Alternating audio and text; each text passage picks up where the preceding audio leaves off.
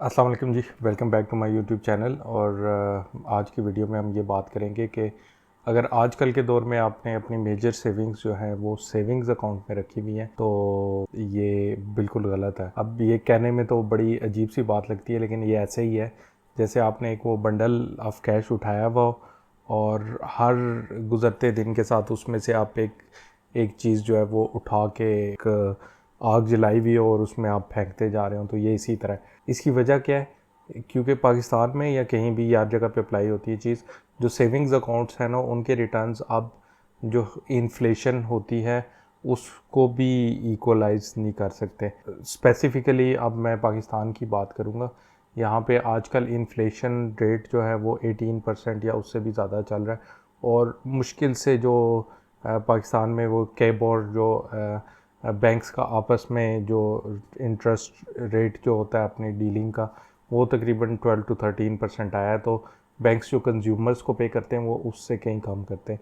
और स्पेशली पाकिस्तान में ज़्यादातर लोगों को कंसर्न इस्लामिक लिहाज से भी होता है कि वो इस्लामिक सेविंग अकाउंट में रखें, क्योंकि नॉर्मल इंटरेस्ट लेना इस्लाम में एक वो बहुत ही अजीब सी बात समझी जाती है, गलत है। उस लिहाज से भी लोग इस्लामिक सेविंग्स अकाउंट्स में ज़्यादा वो रखना पसंद करते हैं।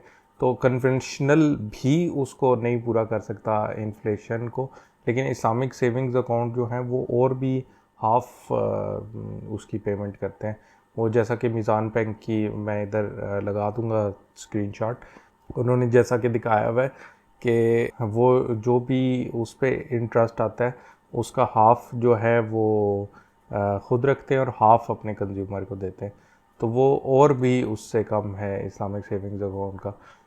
तो फिर सेविंग्स अकाउंट क्यों एग्जिस्ट करते हैं? और वैसे भी उनको कहा ही सेविंग्स अकाउंट गया है, तो वो बैंक के इंटरेस्ट में तो है कि आप लोग अपना वो पैसे ज़्यादा से ज़्यादा सेविंग्स अकाउंट में रखें और उनका भी एक बहुत बड़ा हिस्सा हो। जबकि आजकल के दौर में सेविंग्स अकाउंट में सिर्फ आप ज़्यादा से ज़्यादा अपना जो मंथली कैश है ना वो करंट में होता है आपका, और उससे ऊपर जो इमरजेंसी फ़ंड कोई अगर आपने रखा हो तो वो आप सेविंग्स अकाउंट में रख सकते हैं। उससे ज़्यादा मेरे ख्याल में नहीं रखना चाहिए। उससे ज़्यादा रखने के लिए आप म्यूचुअल फंड्स की तरफ जा सकते हैं या फिर स्टॉक एक्सचेंज की तरफ जा सकते हैं। मसलन जैसे कि आप अभी ये वीडियो देख रहे हैं या रिसेंटली आपके जहन में ये ख्याल आया कि सेविंग्स अकाउंट से ऊपर जाना चाहिए, किसी ऐसी चीज़ पे जाना चाहिए जो कि उससे ज़्यादा रिटर्न दे परसेंटेज में, फिर आपको डायरेक्टली स्टॉक एक्सचेंज की तरफ जाने से पहले म्यूचुअल फंड्स में थोड़ा जाना चाहिए और फिर उनको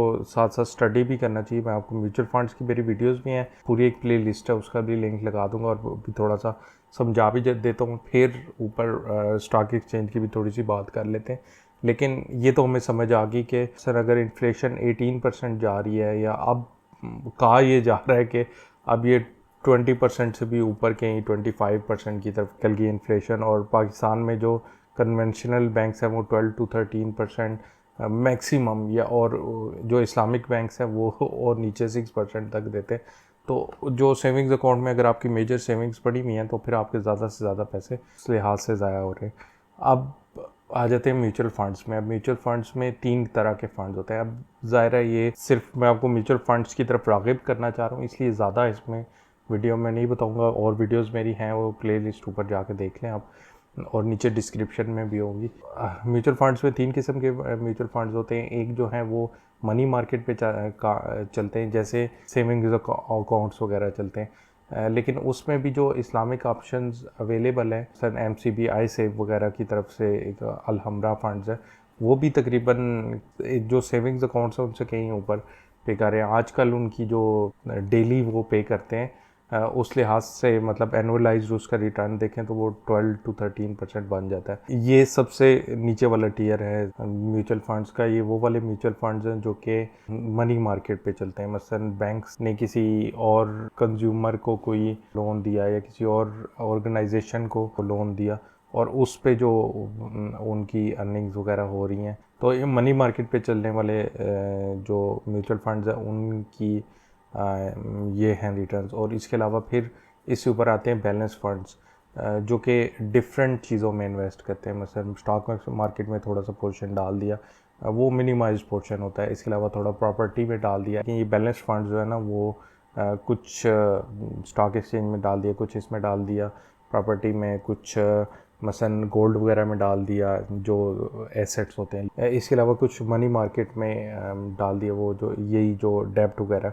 तो इस सब से मिल के जो फिर वो आता है ना रिटर्न, तो इसमें क्योंकि मुख्तलिफ़ चीज़ें ऊपर नीचे टाइम के साथ होती रहती हैं, तो इस तरह के फ़ंड में आप तब भी इन्वेस्ट करें तब जब आप कम अज़ कम 3 से 5 से 7 साल जो है ना आपकी रखने की पावर हो, ताकि आपने मसलन एग्जांपल के लिए हम देखते हैं कि 1 लाख आपने इन्वेस्ट किया, अब आप निकालना चाह रहे हैं 2 साल बाद, लेकिन 2 साल बाद आप जाके देखते हैं कि ये तो मेरा 80,000 हुआ हुआ, फिर आपकी ये पावर होनी चाहिए कि आप थोड़ा सा और वेट कर लें।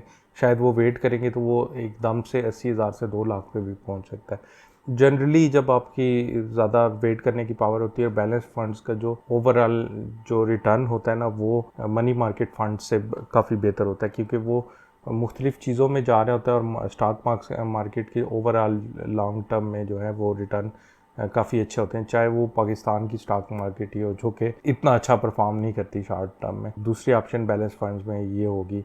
फिर उससे ऊपर आते हैं ऐसे फंड्स जो कि स्टॉक एक्सचेंज में इन्वेस्ट करते हैं। अब कोई पूछेगा मैं डायरेक्टली स्टॉक एक्सचेंज में क्यों ना जाके इन्वेस्ट कर लूँ। डायरेक्टली अगर आप शुरू में ही जाएंगे तो आपको नहीं पता होगा कि कौन कौन से स्टॉक में इन्वेस्ट करना है, और बैंक्स की पूरी टीम्स होती हैं जो कि तजर्बाकार लोग होते हैं, जो कि मसलन आप फ़ंड में इन्वेस्ट कर देते हैं और आप जैसे और भी लोग, और वो उस फंड को फंड मैनेजर्स देख के फिर डिसाइड कर रहे होते हैं अच्छा कौन सा स्टॉक अब जो है कौन सा सेक्टर ऊपर जाने लगे, इसमें कौन सी कंपनी है, उन कंपनीज़ में भी कौन सी कंपनी अच्छी जा रही है, तो उनमें इन्वेस्ट कर देते हैं। फिर देखते हैं कि कोई ख़ास किस्म का किसी सेक्टर में मसला आ रहा है, तो वो वहाँ से उस सेक्टर की कंपनी से फिर वो फंड्स निकाल भी लेते हैं, कहीं और रीएलोकेट कर लेते हैं, या मुश्किल टाइम्स में जब इकॉनमी और स्टॉक मार्केट मुश्किल उसमें जा रही है तो वो कन्वर्ट बैक टू कैश भी कर लेते हैं जो आपकी अमाउंट है। तो इसमें जब आप स्टॉक फंड्स वगैरह में जा रहे हो, इनको डिफरेंट नाम देते हैं, स्टॉक फंड्स कहते हैं, इक्विटी फंड्स भी कहते हैं।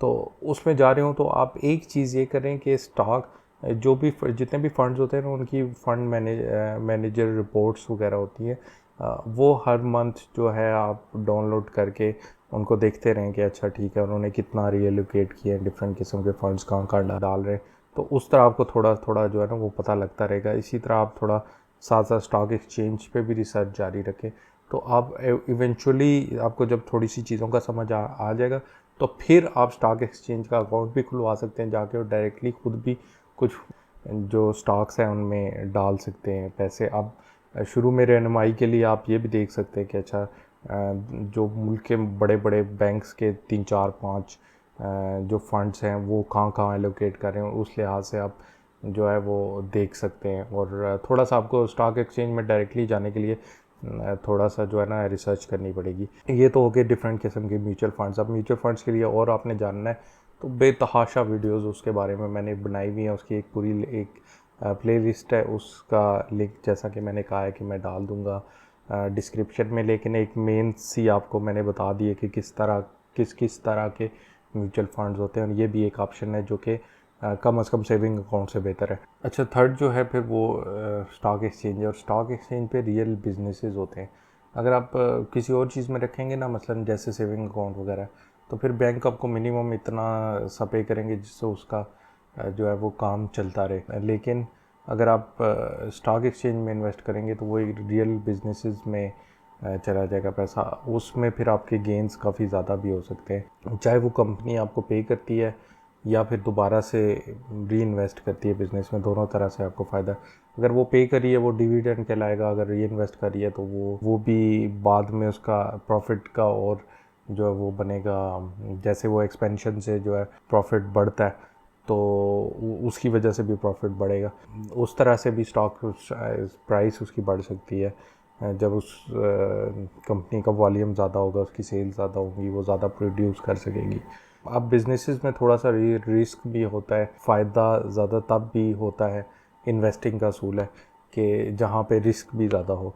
अब इस तरह का वो पागलों वाला रिस्क ना हो जो कि आप क्रिप्टो करेंसी में जो है इन्वेस्ट करके वो कर सकते हैं। वो उसका तो वो पता ही नहीं ऊपर से नीचे जा रही है, और वो भी सारा एक वो थ्योरी पे ही है ना, एक ब्लॉकचेन पे सारा कुछ चल रहा है, तो वो चीज़ अलग है। लेकिन स्टॉक एक्सचेंज का जो रिस्क है फिर भी वो एक कैलकुलेटेड किस्म का रिस्क है। और इसमें कई स्टॉक्स ऐसे हैं जैसे एंग्रो फर्टिलाइज़र, अब एंग्रो पॉलीमर भी है, तो और भी कुछ है डिविडेंड पेइंग स्टॉक्स, उस पर भी बल्कि मेरी वीडियो है जिस जो कि तकरीबन ईयरली आप अगर री इन्वेस्ट करें उनके जो डिविडेंड्स वो जो पे आउट करते हैं, तो 25% तक भी ईयरली उनका रेट जा रहा है, जो कि बहुत अच्छी तरह से इन्फ्लेशन को फाइट कर सकता है। उसी को देख लें बामुकाबला सेविंग अकाउंट में इन्वेस्ट किया, उधर उस स्टॉक में इन्वेस्ट किया, तो कितना फ़र्क है। अब ये रिकमेंडेड नहीं होता कि आप अपना सारा कुछ उठा के एक ही पॉट में डाल दें, एक ही जगह पे डाल दें, वो भी चीज़ गलत होती है। आप म्यूचुअल फंड्स में डालें, स्टॉक्स में डालें, देन स्टॉक्स में भी डिफरेंट स्टॉक में डालें। ये नहीं कि आपको समझ आए कि ये एक अच्छा स्टॉक है तो इसी में सब कुछ डाल, उसको भी डाइवर्स करें थोड़ा सा, तो वो चीज़ करनी ज़रूरी है। अच्छा, स्टॉक एक्सचेंज का अगर आपने अकाउंट अभी तक नहीं बनवाया तो उसके लिए भी एक मेरी वीडियो है, उसमें पूरी गाइडलाइन है कि किस तरह ये काम करता है, किस तरह आप उसको बना सकते हैं, तो वो उसका लिंक भी मैं डिस्क्रिप्शन में डाल दूँगा। इस वीडियो का क्रक्स यही था कि मसलन सेविंग अकाउंट में अपनी जो मेजर सेविंग्स है ना उसको रखने का मतलब यही है कि आपके पास वही बंडल ऑफ मनी है, और उसमें से एक एक उठा के आप नोट को ना रोज़ाना कहीं उसमें फर्नेस में डालते जा रहे हैं, वो जलता जा रहा है।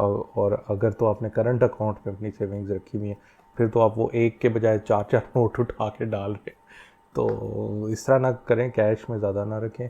हाँ, सेविंग अकाउंट ठीक है, आप ख़त्म नहीं कर सकते उसको, उसमें आप मतलब आपका करंट अकाउंट के बाद एक और चीज़ होनी चाहिए जहाँ पे डायरेक्टली आपका के पास ऐसा इमरजेंसी मनी होनी चाहिए। वो उसकी वजह ये होती है कि वो उसको आप एकदम से एक्सेस कर सकते हैं। मसलन आपने जो मंथली अपनी वो जो जितना भी आपका वो है एक्सपेंडिचर, वो सारा आपने करंट अकाउंट में रखा हुआ है, लेकिन अगर अचानक से आपको ज़रूरत पड़ जाती है, फिर आप म्यूचुअल फंड या उधर से एकदम स्टॉक एक्सचेंज से नहीं भी निकलवा सकते। तो do subscribe this channel. Thanks for watching, see you in the next one.